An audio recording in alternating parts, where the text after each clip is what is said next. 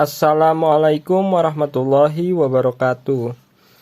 Kembali lagi bersama saya Sadam Kahfi dengan NPM 7420121214 dari kelas non reguler semester 2 Universitas Surya Kencana. Pada kesempatan kali ini saya akan mereview materi dari mata kuliah Hukum Pidana oleh Dr. Profesor Henny yang membahas mengenai hukum pidana lebih lanjut dari pertemuan 1 yang kemarin. Baik, saya langsung masuk saja ke dalam materinya. Yang saya dapatkan, hukum pidana dibagi menjadi 2, yaitu hukum pidana material dan juga hukum pidana formal.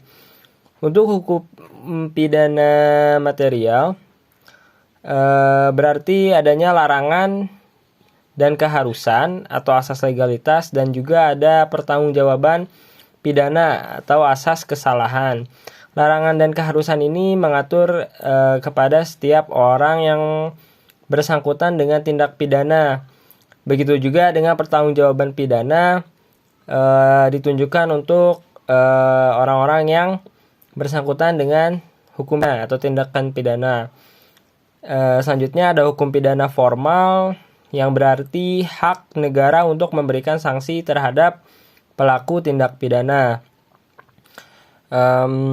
Untuk mengatur hukum pidana dan tindakan-tindakan pidana, maka adanya KUHP. KUHP ini dibagi menjadi 3 buku. Yang pertama buku 1, yang dimulai dari pasal 1 sampai 103 yang membahas mengenai seluruh lapangan hukum pidana. Yang kedua atau buku 2 itu dimulai dari pasal 104 sampai 488 yang membahas mengenai kejahatan. Dan juga buku 3 dimulai dari pasal 489 hingga 569 yang membahas mengenai pelanggaran. Jadi untuk KUHP ini totalnya ada 569 pasal yang dibagi menjadi 3 bagian yang seperti saya sudah jelaskan tadi. Ada Ibu Prof. Henny menjelaskan mengenai pasal 55 mengenai penyertaan, yaitu 1 tindak pidana dilakukan lebih dari 1 orang, seperti itu. Selanjutnya ada berlakunya hukum pidana. Berlakunya hukum pidana dibagi menjadi 2, yaitu berdasarkan waktu atau disebut locus temporis, dan juga berdasarkan tempat atau disebut locus delicti. Untuk berdasarkan waktu, Ibu Prof telah menjelaskan bahwa tindak pidana harus dirumuskan dulu dalam rumusan undang-undang, dan juga peraturan harus ada sebelum terjadinya tindak pidana. Maka yang seharusnya peraturan itu seharusnya ada sebelum adanya suatu tindak pidana yang mungkin terjadi, seperti itu. Selanjutnya Ibu Prof menjelaskan mengenai kaidah-kaidah mengenai hukum pidana, yaitu larangan adanya kiasan analogi atau pengumpamaan terhadap suatu makna atau kata dan kalimat yang ada di peraturan. Selanjutnya boleh diperluas atau disebut ekstensi, yang artinya memperluas arti untuk mendapatkan pemahaman lebih lanjut mengenai makna dari suatu kalimat peraturan perundang-undangan atau hukum pidana misalnya. Selanjutnya larangan retroaktif untuk kepastian dan kesewenang-wenangan. Ibu Prof telah menjelaskan mengenai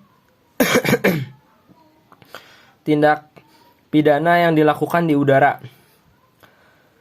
Untuk tindak pidana yang dilakukan di udara, misalnya penerbangan Garuda Indonesia yang berangkat dari Indonesia menuju Amerika misalnya. Di dalam perjalanan tersebut adanya suatu tindak kejahatan misalkan di udara.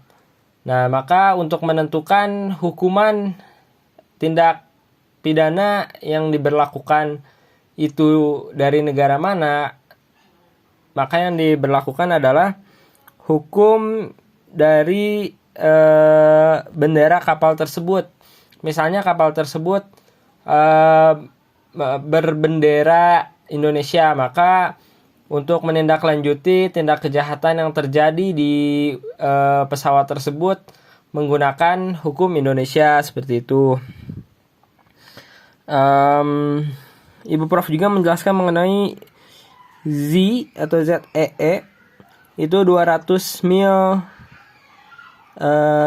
ke daratan, sedangkan laut lepas itu 200 mil dari daratan. Seperti itu untuk membahas mungkin mengenai hukum yang membahas tentang wilayah seperti itu. Baik, mungkin review materi yang dapat saya berikan